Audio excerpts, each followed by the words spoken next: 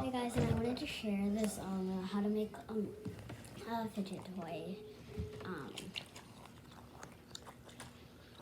so I already made one. I don't want to waste another balloon on beads. Basically, how you'll make it is you'll take a balloon and color.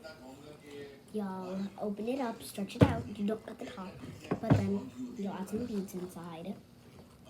Then you'll add some water in. Then you'll tie it, and then it'll sound like this.